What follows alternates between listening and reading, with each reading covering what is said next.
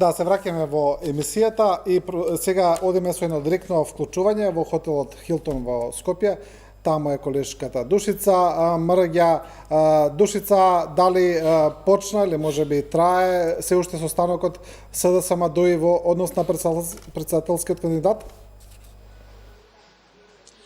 Сега, добро вечер од хотелот Хилтон, каде што веќе повеќе од половина час трае состанокот помеѓу СДСМ и уште 29 политички партии, дел од коалицијата, од владачката коалиција, а дел од нив и од албанскиот политички блок. Клучна за ЗАЕФ е поддршката од ДУИ, неговиот коалицијски партнер Али Ахмети, но тука се и ДПА на Мендух Тачи, Алтернатива на Африм Гаши и сите останати помали политички партии кои што се дел од коалицијата предводена од СДСМ. Според информациите на телевизија 24, однатре од состанокот за сега сите оние представници на политичките партии кои што зборувале и дебатирале во однос на излагањето и предлогот на Зоран Заев, Стево Пендаровски да биде нивни заеднички кандидат на предстојните претседателски избори, се изјасниле позитивно, односно дека даваат поддршка за одлуката која што доцна вечерва ја донесе најтесното партиско раководство на СДСМ на Бихачка,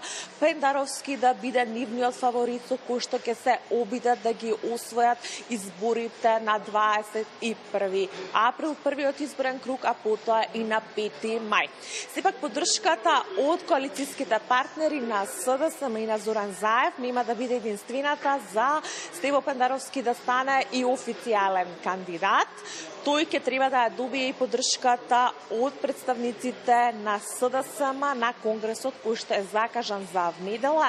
Таму според информациите на телевизија 24, тој ќе има и своето прво обраќање и тогаш ќе се појави. Пендаровски вечерва не се наоѓа тука на состанокот на Заев со коалицијските партнери, меѓутоа според дел од информациите тој денеска имал состанок со лидерот на СДСМ. Информацијата дека Стево Пендаровски е кандидатот ја потврди вечерва и лидерот на СДСМ и премиер Зоран Заев. И Заев порача дека очекува Пендаровски да добие широка поддршка и од партиите, меѓутоа и од граѓаните, и од сите етнички заедници и од оние граѓани кои што важат за неопределени на сите избори.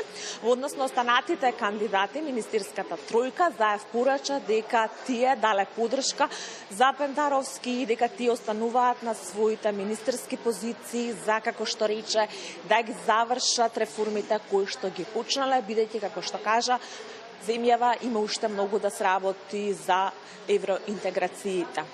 Според информациите, значи сите оние представници кои што засега дебатирале на состанокот дале поддршка за кандидатот Стево Пендаровски да биде заеднички кандидат на политичките партии на предстојните претседателски избори. Сеат? Да, Душица, ти благодарам за твоите информации. Ти секако остануваш во хотелот Хилтон и во дневникот веднаш после емисијата ќе ги чуеме и следните информации за тоа како се одвива состанокот. Продолжуваме со емисијата. Господине Манасков, сега на изборите оваа тема која начнавме сега во емисијата за непотизмот, за вработувањата, која е прилично актуелна во последно време, се надоврзува на една серија на теми кои се на некој начин штетни за власта. Претходно беше можеби најмногу штетна амнестиите, серијата на амнестии на ваков или онаков начин и така некако се релативизира, се минимизира онаа потреба за правда која има најмногу граѓаните. И сега одиме на овие претседателски избори во една прилично специфична ситуација, каде што имаме еден огромен кампус на гласачи кои се разочарани од овие состојби. Не дека непотизмот е нешто ново во Македонија, но можеби луѓето се надевале дека нешто ќе се смени во таа насока. Исто така со амнестиите. Од друга страна, имаме исто така еден голем кампус, не треба да забораваме дека ова е прв претседател на Република Северна Македонија, на луѓе кои не сакаа да дојде до промена на името, така да имаме прилично две групации кои можеби ќе абстинираат од изборите. Мислите ли дека ќе имаме проблем со цензусот? Да. Значи, темата која што долго време ја дискутирав на сите ова општински комитет беше потребен е доволен број од 40%, кој што изнесе околу 720.000 граѓани, да се појават на денот за гласање и при тоа да го дадат својот глас за или против. Доколку тој глас не го дадат граѓаните, постојат причини зошто не го дале. Едната од причините е, значи, името или Северна Македонија со самото потпишување нели на Преспанскиот договор, голем дел од граѓаните се против и не сакаат да гласаат. Нели почна да најавуваат бојкот. Без разлика на се, имаше и доста дискусии дали вие мислите потребен е бојкот или не е потребен бојкот во моментов. Значи Македонија, ако реално размислуваме, за името се решава во владата. Сега моментално за името веќе не смееме да дискутираме дали е Македонија или Северна Македонија. Тоа е многу осетлива тема. Али ако нема председател, тогаш државата ќе остане тој проблем да го решава во собрание. И прашање и таму како ќе се реши, дали ќе се реши, и доколку и тоа не се случи во собрание, едино следен чекор е техничка влада и предвремени парламентарни избори. Втората работа е, за мене, јас лично мојот став го кажувам, а како ќе оди понатаму, тоа е Божја волја. Председателските избори се многу битни во овој момент, за да може таа влада што ќе победи, значи не влада, него тој председател што ќе победи, ќе знае да понатаму продолжи доколку биде председател избран од како независен, значи не партиски, да даде правилни одлуки понатаму и околу документите и подпишувањето на сите уставни измени, значи сите моменти се многу битен фактор што понатаму ќе биде со кандидатот кој што ќе победи како председател.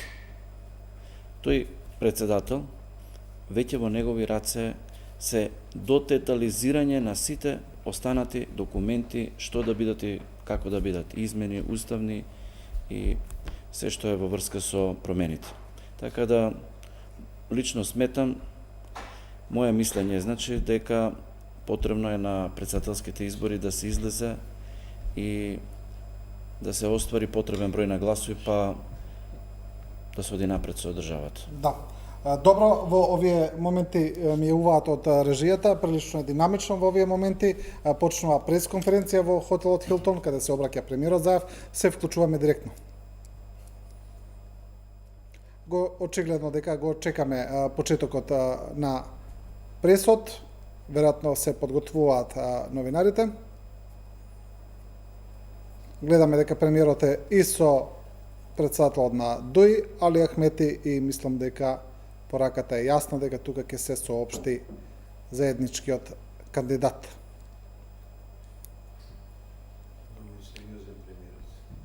Па сериозен е господине Ибраимовски, да.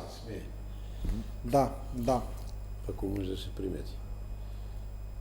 Добро, додека јас ќе ја замолам режијата да не остави вака во две коцки, додека да почне да зборува премиерот, ние ќе продолжиме со емисијата, а веднаш што ќе почне ќе ве замолам да се вклучиме во пресконференцијата.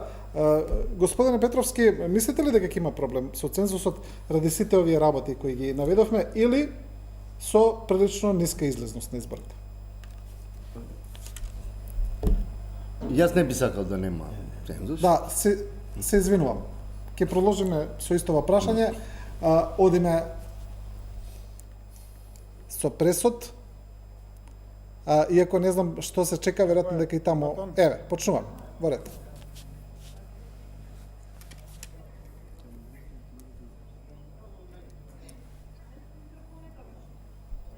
Веројатно е дека и таму има некаков технички проблем. Инаку би почнале до сега. Има сега, има сега. Да. Еве, дојде. Има технички. Да, еве. Премиерот не се слушаме, но одговори на прашањето. Можеме?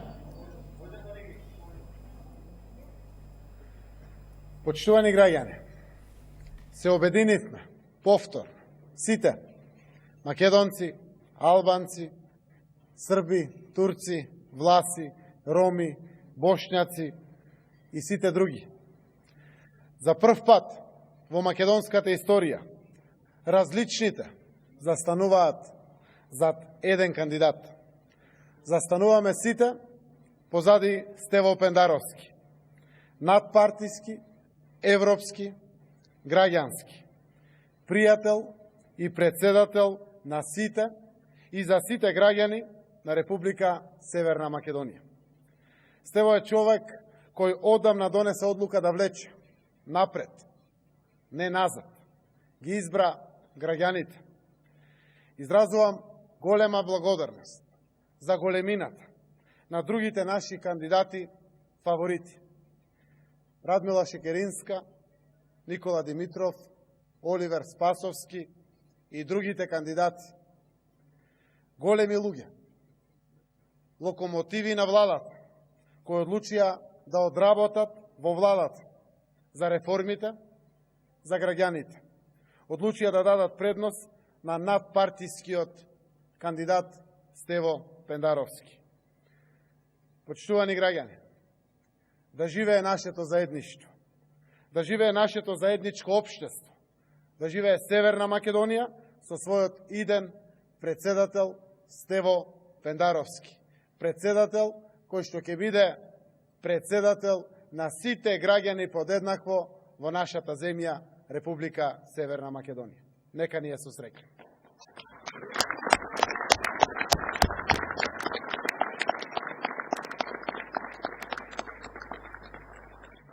Ви благодариме.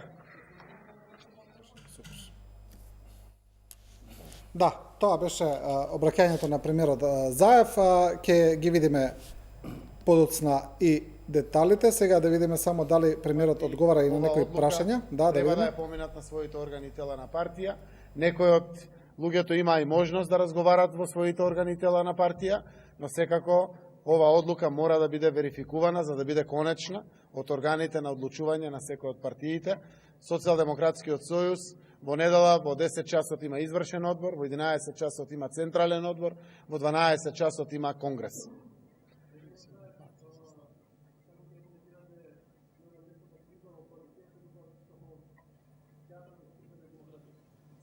Јас мислам дека сосема спротивно тоа што го кажувате. Демократија е тоа. Можеме некој пати да видиме различни, но во коалицијата стоиме зад програма. Стоиме зад нашата земја. Стоиме зад иднината на ова наша земја. Крупни одлуки се донесува во ова наша земја. Ова одлука вечерва е само ветар во грб на засегашните одлуки. Македонија, членка во НАТО, Република Северна Македонија, членка на Европската Унија, Република Северна Македонија, дом, татковина, подеднакво на сите граѓани во нашата земја, без разлика на нивната етничка, политичка, социјална или било каква друга припадност. Тоа е еднината на нашата заедничка земја.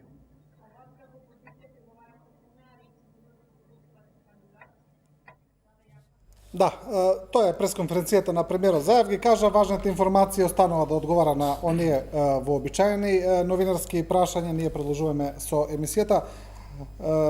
Господин Петровски, дојдовме до истото прашање, продолжуваме.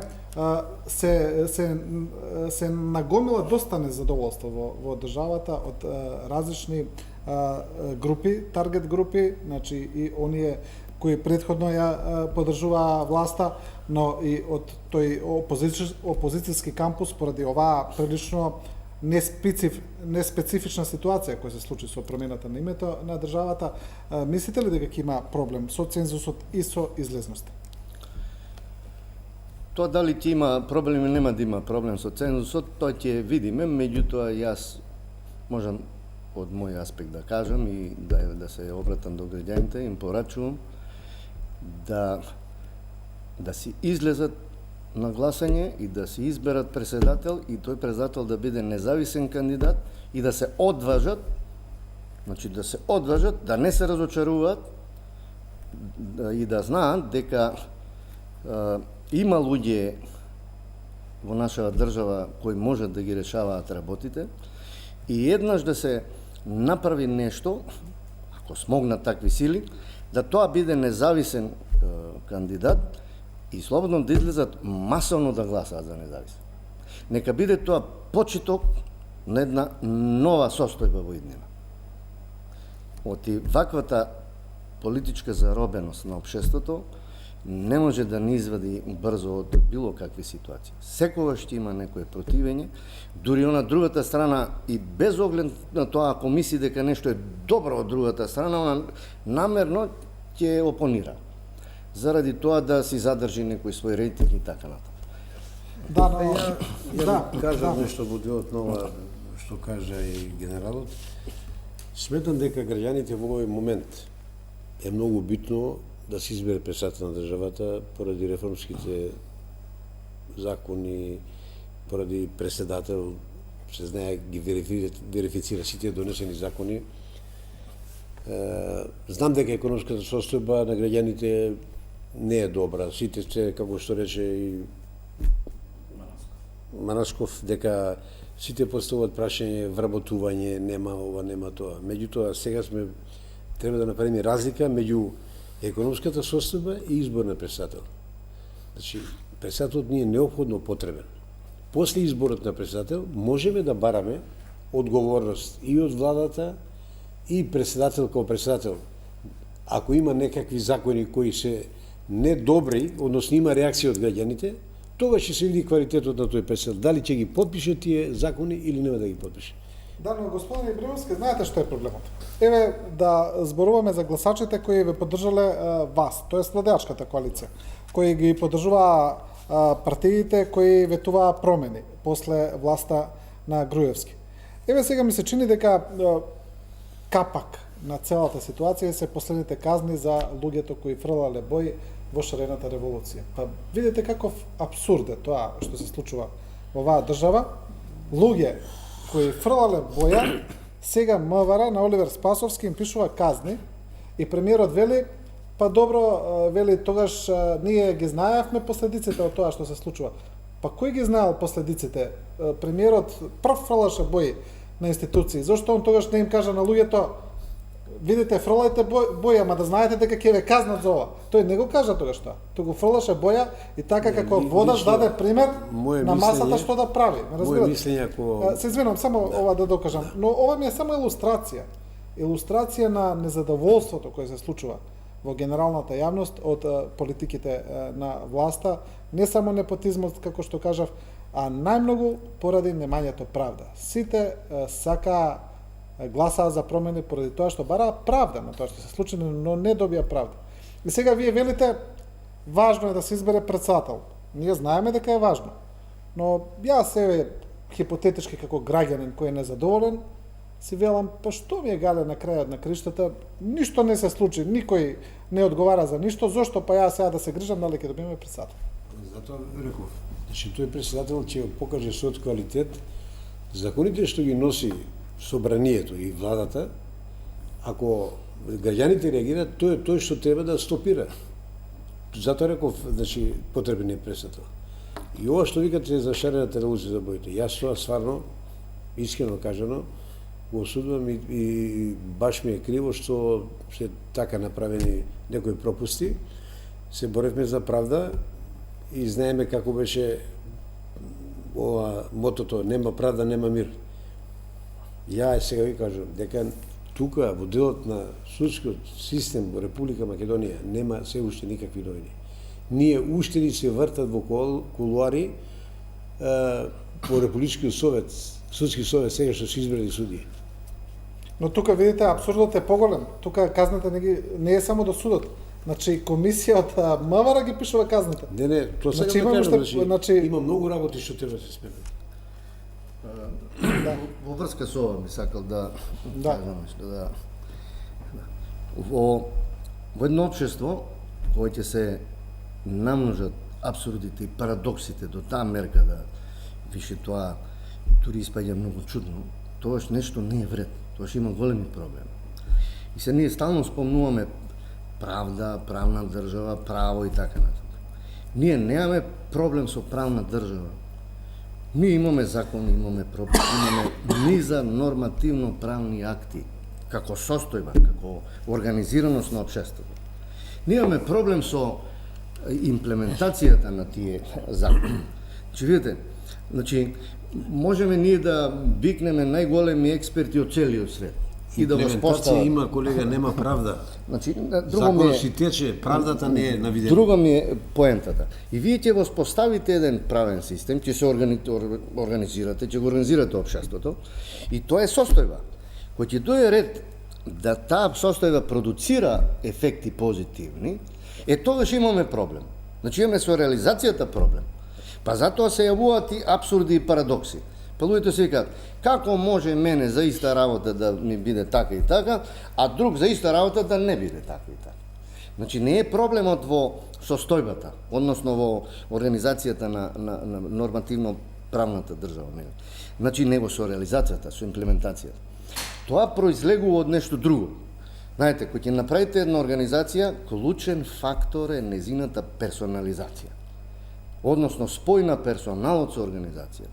Затоа што само персоналот може да стави организацијата во функција. А тој персонал треба да биде компетентен за тоа. И ние имаме често пати проблеми што некомпетентни луѓе се во функција на извршување на одредени активности во држава. Значи, а компетентноста произлегува од искуство и знаење. Знаете, вие и са и во вашава телевизија, ако некој е поставен на некое место што не одговара согласно организацијската структура, вие не може да очекувате дека тој ќе ја стави таа организација во функција. Ние имаме многу вакви примери во организациите, па. И затоа, знаете, кога непотизмот го спомнам, ме прееска. Непотизмот подразбира форсирање или поддржување на роднини, пријатели, така натаму, во нешто, не е битно тоа дали е запослување или било што, а при тоа да не се почитуваат воспоставени критериуми. Значи, не е никаков проблем ако некој роднина на некој се запостил, доколку е тоа во согласно со одредени критериуми на место во одредена организација што треба да се извршува некоја активност. И сега, ние за се викаме непотизам. И сега гледате, едни ќе кажуваат непотизам сега, па они ќе кажуваат порано исто било и така натаму. Мора да разграничиме што е непотизам.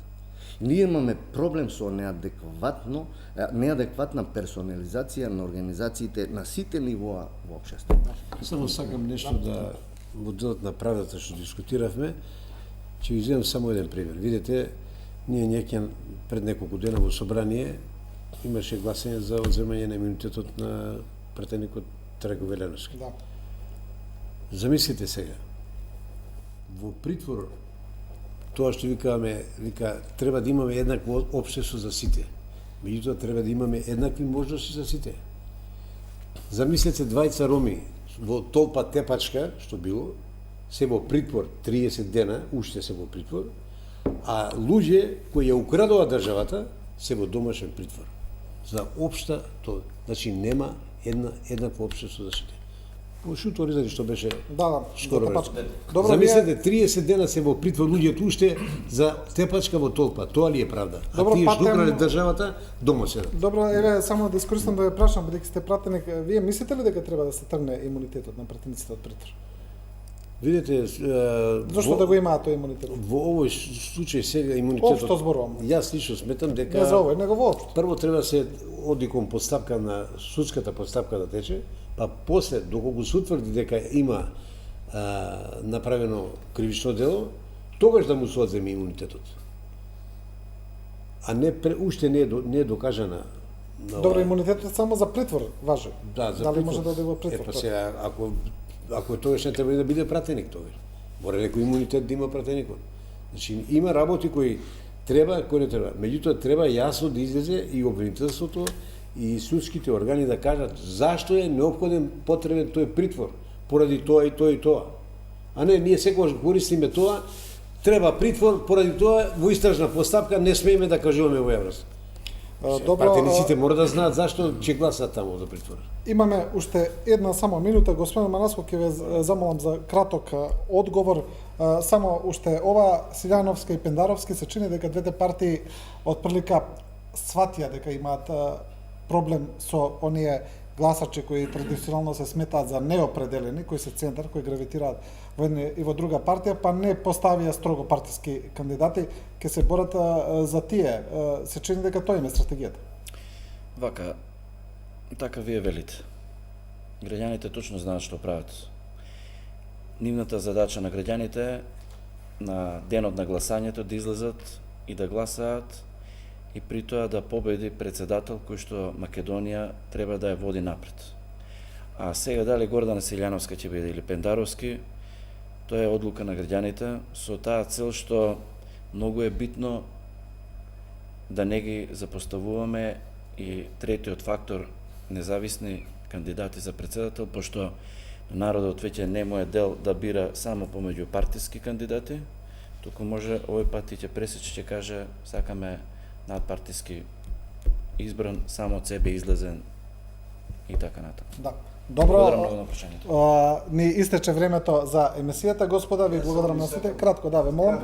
Да се заблагодарам во делот на подписите на одборот на Бараки од Сутора Издари, на Кичево, на Гостивар, што стварно дадо максимум на моите македонски пријатели од Кошани, од Охрид, од сите страни, а му посакувам на независниот кандидат за председател, она што го кажа Иманасков, дека се е можно. Да, ве молам, кратко само да. Народот е секогаш во право, он ќе одлучи и тоа што ќе одлучи, сите сме должни после да го почитуваме. Да, господа, ви благодарам на сите за учеството, а вие, почитувани гледачи, следевте уште една анализа на телевизија 24. Останете со нас, следува информативниот блок и секако нови информации во поглед на председателскиот кандидат на владеачкото мнозинство. Останете со нас.